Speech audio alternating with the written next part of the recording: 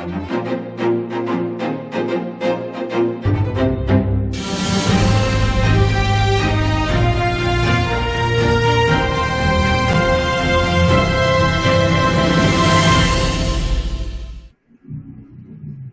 evening and welcome to SCLC TV. I'm Maynard Eaton and of course our president and CEO, Dr. Charles Steele Jr. Dr. Steele, welcome again. But as you well know, things have turned a little ugly with protests of late this week. An 8-year-old young girl in Atlanta, for example, was shot and killed.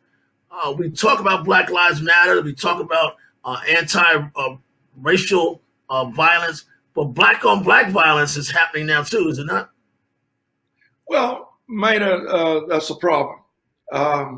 In terms of violence itself, as you know, in the civil rights movement of the Southern Christian Leadership Conference, we are the more direct organization in terms of the history of margin than anyone.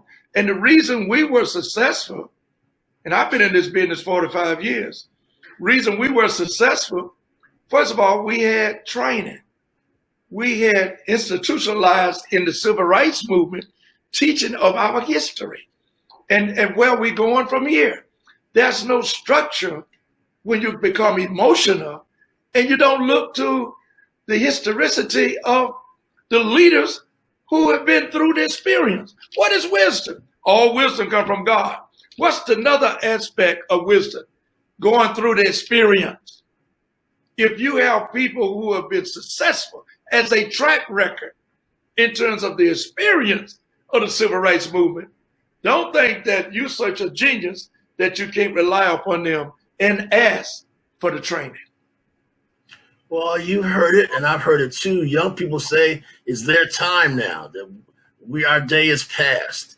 But now we see the National Guard in the streets. That doesn't seem like the strategy had been put in play. Well, you can't, and I love young folks. I mean, I don't care from the cradle to the grave. I love people. And it's a fact that I really get enthusiastic with all people.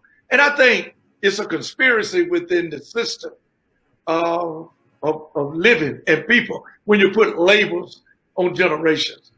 We all come from the same source, God himself, the Father, the Son, and the Holy Ghost. When you put labels on people in terms of this generation versus that generation, are you going to say we're going to destroy the Bible and the teachings of Jesus Christ because that was over 2,000 years ago? Now, are you going to tear down the foundation of your home because you say, I've been in this house for 50 years, now it's time to tear it up rather than to add value and build it up? No difference than any other aspect of society. In collaboration, that's the word. You must collaborate, and people of all ethnicity and background, we must give credit to those who have held the banner of success and proven through the legislation and through the eradication of Jim Crowism and other isms of infectious and virus diseases called racism that we've been successful to remove. But we gone backwards because we rested on our laurels and we didn't institutionalize it in our educational process, including our public education. I think you kind of coined it correctly in your book. Civil rights was easier to obtain than to maintain. Is that correct? Wasn't that your line? That's correct. I have a book on the globalization of civil rights. It's easier to obtain than to maintain. We obtained it, but once people get comfortable, you should never get comfortable. You know, I was looking a few years ago at our home, and I called my wife to the attention of these birds that was, and they were basically sparrow birds. They were born, the eggs was there every year. The mother bird laid the eggs, and she stayed there as the eggs are being hatched. She's there to protect the eggs. And finally, you see a break in the eggs, and the birth of the bird is being evolved. And for several days, the mother sparrow bird would go and bring food, grass and worms and everything else, vegetation to feed the young baby bird. But after a few days, I would say 10 to 12 days, you see that bird trying to get the baby bird, the mother bird, getting the baby birds up, pushing them out of the nesting of her motherhood. That's the same that we have in the human race. You can look to the sparrow. If the sparrow being protected by human nature, and spiritually God protects all of the living elements within our society. And if God gives that type of nurturing to a baby bird, where the mother trained that bird that you can't sit here and think somebody gonna feed you forever. You can't sit here and not get out and experience the life that's been presented before you. That's the same with human beings. You must travel. You know, I always talk about this, man.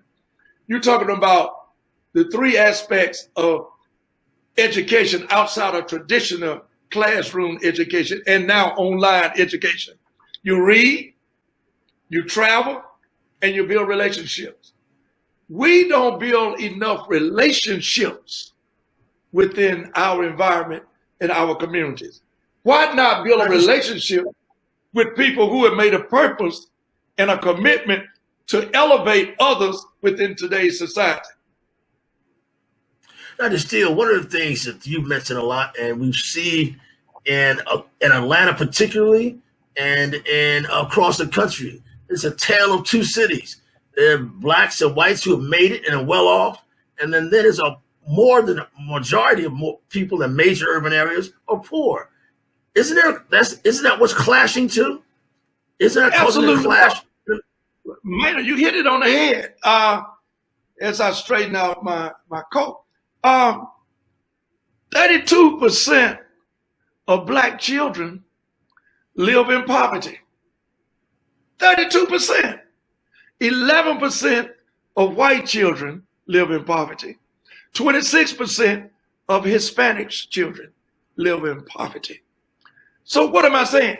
You have a black family making 1/10 of the annual salary or wages of a white and a typical white family.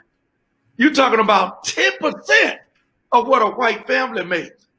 And we are saying that everything should be okay. I should have the right frame of mind in terms of the successfulness of other people. And I'm watching them and I'm still being stagnated and I'm in poverty. It obsessed me and it assumed me to the degree where the leadership within this country, including the banking system, the capitalistic aspect of our country, how do you expect people to resolve their problems when you live in a capitalistic society and you have no capital?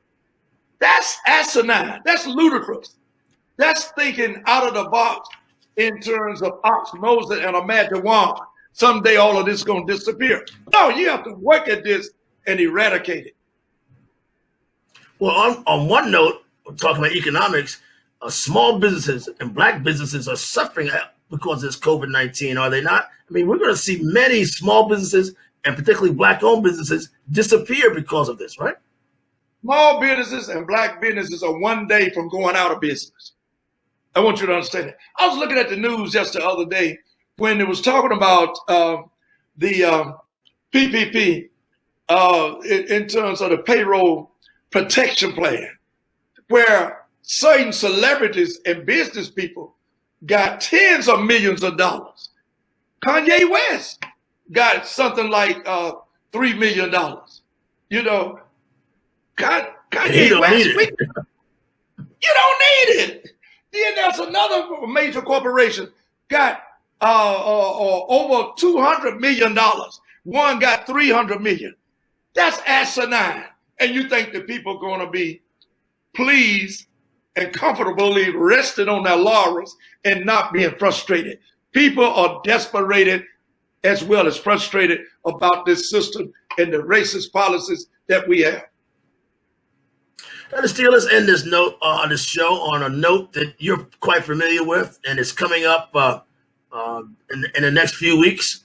Moore's Ford Bridge, where, as I understand and recall, the last public lynchings were held for Black folks, and you and former State Representative Tyrone Brooks, former SCLC street leader Tyrone Brooks, was formidable in bringing that to fruition, having that case looked at for years, was it not? I mean, that's a big victory for SCLC at Moore's Ford Bridge in Georgia. Absolutely, and former State Representative Tyrone Brooks, who have done a great job and were very instrumental in bringing down the Confederacy of the flag here in the state of Georgia. Tyrone was also very instrumental in bringing me the idea and the vision in terms of putting a statue on the Capitol grounds here in Atlanta and for the state of Georgia. That was the brainchild and the genius of Tyrone Brooks, former state representative Tyrone Brooks.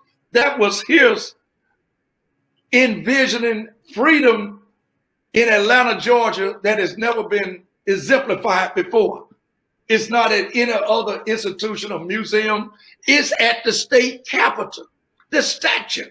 And that's because of Tyrone Brooks, who brought it. But mention about go ahead. But Moore's Ford Bridge. I mean, the significance of what he's done there too, as well, is it not? That was the impact of Moore's Ford Bridge. What he brought in terms of his vision. That came out of Tyrone Brooks working out of Moore's Ford Bridge. And he gives me credit for saying we need to reenact this. And I'm giving him credit saying we got that statue on the grounds of the state capitol of Georgia because of Tyrone Brooks. What am I saying? What a perfect example of what we've been talking about, Maynard. Collaboration. Moore's Ford Bridge, it will be commemorated. Let me just say this, give some credence to Tyrone and the committee. On the fourth Saturday this month, it will be commemorated again in terms of Moore's Ford Bridge and what took place in 1946. I was born in 1946, and that was in July. I was born August the 3rd. Ladies and gentlemen, you've been listening to one of the major leaders of civil and human rights in the United States and across the world.